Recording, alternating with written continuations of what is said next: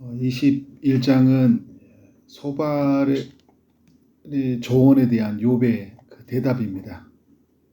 18장 그 빌닷, 20장 소발, 그 죄를 지은 악인들의 삶에 멸망이 있다. 이런 조언들을 욥에게 해주었죠. 21장에서 욥은 친구들에게 그 자신이 발견한 그 악인들에 대해서 그 지혜를 말해줍니다. 욥이 발견한 지혜예요. 욥이 발견한 게 뭐냐면 7절부터 11절까지인데요. 악인들이 형통하게 산다는 거예요. 자기는 이제 죄를 짓지 않는데 고난을 받고 악인들은 형통하게 산다. 살면서 그걸 본 거예요. 7절에 어찌하여 악인이 생존하고 장수하며 세력이 강하냐. 8절 그들이 후손 앞에서 그들과 함께 굳게 서고 자손이 그들의 목전에서 그러하구나. 9절 그들의 집이 평안하며 두려움이 없고 하나님의 매가 그들에게 임하지 아니하며. 하나님의 매가 임해야 되잖아요. 근데 보면은 그 하나님의 매가 임하지 아니한 것 같은 거예요. 10절에 보니까 그들의 수소는 새끼를 베고 암소는 낙태하는 일이 없이 새끼를 낳는구나. 그리고 아이들은 양떼같이 내보내고 자녀들은 춤추는구나. 죄를 짓는 그 악인들의 가정이 평안해요. 자녀들도 잘 살아요. 12절에 그들은 소고와 수금으로 노래하고 피립으로 즐긴다 이야기를 하고 있어요. 그러니까 굉장히 그 행복하게 살고 있는 거예요. 그런데 여러분 부인할 수 없는 게 뭐예요? 13절 그들의 날을 행복하게 지내다가 잠깐 사이에 수월히 지나가니라. 그러니까 그렇게 행복하게 사는 것 같지만 잠깐 사이에 죽음을 맞이하게 된다는 거예요. 잠깐이다. 인생은 잠깐이다. 뭐 안개와 같다. 순식간에 지나간다. 성경에 발견한 그 사람들의 지혜죠. 친구들도 이런 지혜를 이야기를 해요. 근데 그러면서 이 죽음에 관한 이야기가 또 어디에서 나오냐면 밑에 보면 23절부터 26절까지 해서 나오거든요. 이제 어떤 사람은 죽도록 기운이 충실하여 안전하게 평안하고 그의 그릇에는 젖이 가득하며 그의 글수는 윤택하고. 오늘 7절부터 12절에 나왔던 사람들처럼 그렇게 행복하게 살다가 이렇게 죽은 사람들이 있어요. 그렇게 해서 죽었다. 근데 25절에 보니까 어떤 사람은 마음의 고통을 품고 죽음으로 행복을 맛보지 못했다. 또 어떤 사람들을 보니까 그냥 고통만을 안고 살다가 그렇게 죽었다는 거예요. 근데 26절에 뭐라고 그래요? 이 둘이 매 한 가지로 흙 속에 눕는다. 그들은 이에 구더기가 덮이는구나. 그러니까 이 땅에서 이렇게 행복하게 사는 사람이나 또 행복하지 못하게 사는 사람이나 죽는 것은 매 한 가지다라는 거예요. 그러니까 13절 그들의 날을 행복하게 지내다가 잠깐 사이에 수월에 내려간다. 그러니까 결국 인간은 어떻게 살든 간에 죽음을 맞이한다라는 거예요. 근데 이제 욥이랑 욥을 비롯해서 지금 우리 이 시대에 사는 사람들의 이 질문이 그거잖아요. 아니 어떤 사람은 왜 그렇게 행복하게 사는데 그 사람이 죄를 그렇게 많이 지었는데도 불구하고 이 땅에서 그렇게 행복하게 살 수 있단 말인가? 그러니까 여러분 이 욥이 내가 기억하기만 하여도 불안하고 두려움이 내 몸을 잡는구나 라는 이 6절의 이야기가 자기 자신의 그 고난에 찾아오는 여러 아픔들 그리고 그 고난을 생각할 때 자신은 선한 자기 죄를 짓지 않았는데 고난이 찾아왔단 말이에요. 그리고 죄를 많이 지은 것 같은 악이 누가 봐도 악이 드러나는 사람들에게는 어떻게 해요? 그들에게는 그게 평안이 있잖아요. 그러니까 이 생각만 해도 굉장히 두려움이 몰려온다는 거예요. 여러분 그 십자가 사건에서 그 바나바하고 예수님하고 이야기 보면 나오잖아요, 그죠? 누가 봐도 악인이었는데 살려달라고 하고, 아무리 찾아봐도 죄가 없는데 예수님은 죽이잖아요. 이런 걸 여러분 어떻게 해석할 수 있냐는 거예요. 인간 사이에서 이렇게 일어나는 일들, 욥은 이해할 수 없는 그 이야기 속에서 어떻게 돼요? 고통이 있는 거죠. 근데 이 악인들이 어떤 삶을 보게 되냐면, 그래도 욥이 보는 건 있어요. 악인은 형통한데 죽는다. 그리고 이 악인들은 자신들의 삶이 영원한 것처럼 살고 있다라는 거예요. 그 14절에서 이렇게 하잖아요. 그들이 그러할지라도 그들은 하나님께 말하기를 우리를 떠나소서 우리가 주의 도리 알기를 바라지 아니하이다. 왜 이런 이야기를 하는 걸까요, 악인이? 자신들의 지금 그 행복이 영원한 걸로 알고 있고, 그리고 하나님을 만나는 것을 두려워해요. 악인들은. 그러니까 하나님을 만나는 순간 자기들이 가지고 있는 행복은요, 그 어떤 거예요? 거짓된 거죠. 이장된 어떤 자신들 하나님 없이 살고자 하는 행복이었잖아요. 진실이 들어오면, 하나님이 빛이 비춰오면 자기가 가지고 있는 허상, 거짓이 다 드러나서, 그죠? 공고함이 임하는 거죠. 그러니까 하나님을 없는 것이 어떻게 돼요? 좋은 거예요. 하나님이 있다고 하는 순간 자기가 불의하게 얻었던 것들이 얼마나 수치스럽고 부끄러워요. 그러니까 하나님이 없어야 되는 거예요. 그래서 하나님의 도리, 하나님의 말씀, 하나님의 교훈, 하나님의 뜻이 임하면 힘든 거예요. 그러니까 그래서 여러분, 이 안 믿는 사람들, 이런 사람들이 그 말씀을 듣기가 싫어하는 거예요. 여러분, 믿는 사람들도 그래요. 죄를 많이 지면 말씀을 듣는 게 싫어해요. 그냥 말씀을 들으면 자꾸 나를 드러내잖아요. 그러니까 이렇게 거부한다는 거죠. 우리를 떠나서서 얘기해요. 15절에 이야기하잖아요. 전능자가 누구에게 우리가 섬기냐? 나는 하나님 모른다. 그래서 하나님 안 섬긴다. 우리가 그에게 기도한들 무슨 소용이 있겠느냐라고 이야기하는 거예요. 그래서 기도하지 않겠다. 하나님 섬기지 않겠다 이야기하는 거예요. 왜냐하면 지금 내가 누리는 이 행복을 나는 빼앗기고 싶지 않다. 하나님을 만나는 순간 악인들은 어떻게 돼요? 자기들이 거짓되게 불의하게 만든 행복을 빼앗긴다 생각을 하는 거잖아요. 그러니까 욥이 이걸 보는 거예요. 그래, 악인들이 저렇게 형통한 것 같지만 그 형통은 하나님 없는 형통이야 라는 거잖아요. 근데 저 인간들 왜 이렇게 오래 잘 사는 거지? 저렇게 하나님 없이 전능자가 나는 안 섬기겠다, 기도한들 무슨 소용이냐, 하나님이 막 자기에게 했듯이, 그죠? 바람을 불어서 집을 무너뜨리듯이 뭐 그렇게 해야 되는데, 아니 저 사람들은 그렇게 내버려 두는 것들이 참 이해할 수 없는 일들이에요. 근데 여러분, 그러나 욥이 이런 이야기를 해요. 이제 6절에서 이야기할 때 뭐라냐면, 악인들이 지금 그들의 누리는 행복이 그들의 손안에 있지 않다. 악인의 계획은 나에게서 멀구나. 그러니까 악인들의 그 행복이라는 것도 악인들의 손에 있지는 않다 이야기하는 거예요. 악인의 계획은 나에게서 멀구나. 그러니까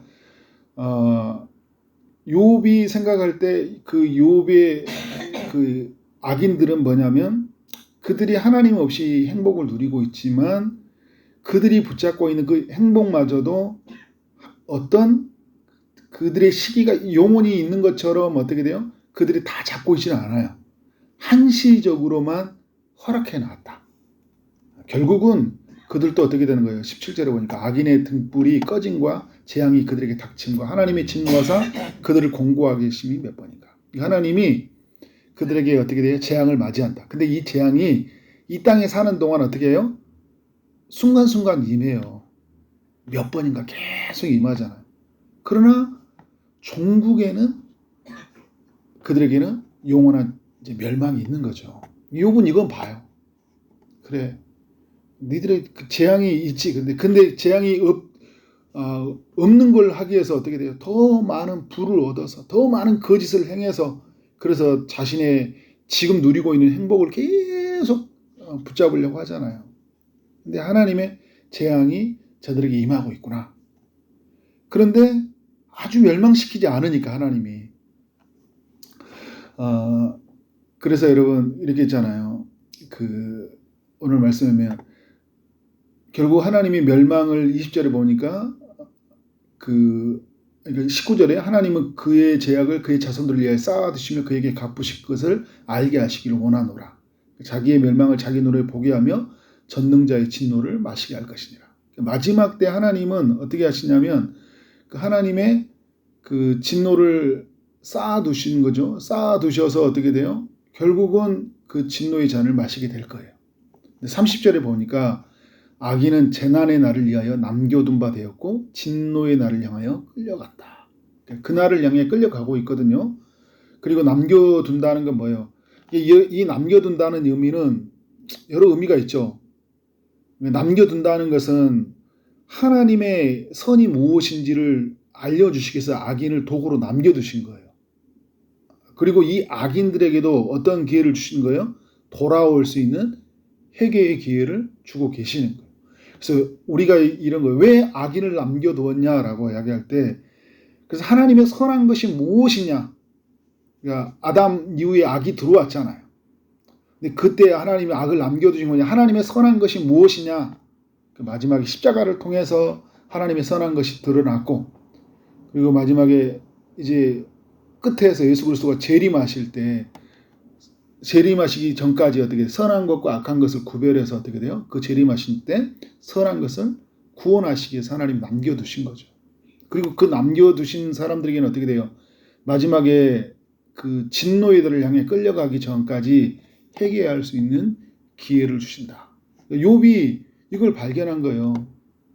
그래, 결국은 그래 너희들은 이렇게 마지막에 재난의 날을 맞이할 거지. 그러나 지금 이 자신의 삶 안에서 이해되지 못하는 것은 이 땅을 살아가는 동안 왜 나는 죄 없이 살아가려고 하는 나는 이렇게 고난을 받고 악을 행하는 저 사람은 저렇게 행복하게 살고 있는지, 그 하나님이 그 재난의 날을 위해서 남겨두신 그 이유가 뭔지에 대한 궁금증이 그 욥을 계속 사로잡고 있는 거예요. 그러니까 욥이 어떻게 돼요? 이 질문을 계속하고 있으니까 오늘 말씀에 어떻게 하고 있어요? 3절에 보면 나를 용납하게 말하게 하라. 내가 말한 후에 너희가 조롱하리라. 그러니까 내가 지금 이 질문, 하나님 앞에서 이 질문을 친구들에게 하는 게 아니에요. 하나님께 하고 있으니까 기다리라는 거예요. 조롱만 하지 말고 기다려보라는 거예요. 난 지금 이 질문을 하고 있다라는 거예요. 그러니까 친구들과 차원이 다른 질문이잖아요. 친구들은 그냥 아주 단순한 구도로 이야기를 하고 있잖아요. 선한 자는 복을 받고 악한 자는 저주를 받는다. 이 구도로, 단순 구도로 이야기하는데 욥은 어떻게 해요? 선한 자가 고난을 받고, 그죠? 악한 자가 형통한다. 근데 이 아주 굉장히 복잡해요. 그래서 여러분, 이 신앙생활이라는 건 뭐냐면 우리가 하나님을 알아가면 이렇게 탁탁탁 모든 게 알지 않아요. 굉장히 어렵습니다. 굉장히 심오해요. 들어가 보면. 그래서 우리가 하나님의 지혜가 임해야지 이것이 우리가 알 수 있는 거잖아요. 그러니까 욥은 이런 의미로 하나님 앞에 엎드려 있어요. 그러니까 친구들이 너무 단순 구도로 설명을 하니까 34절에 이야기하는 거예요. 그러니까 너희는 나를 헛되이 이루하느냐. 그러니까 단순 구도로 설명을 하니까 어떻게 돼요?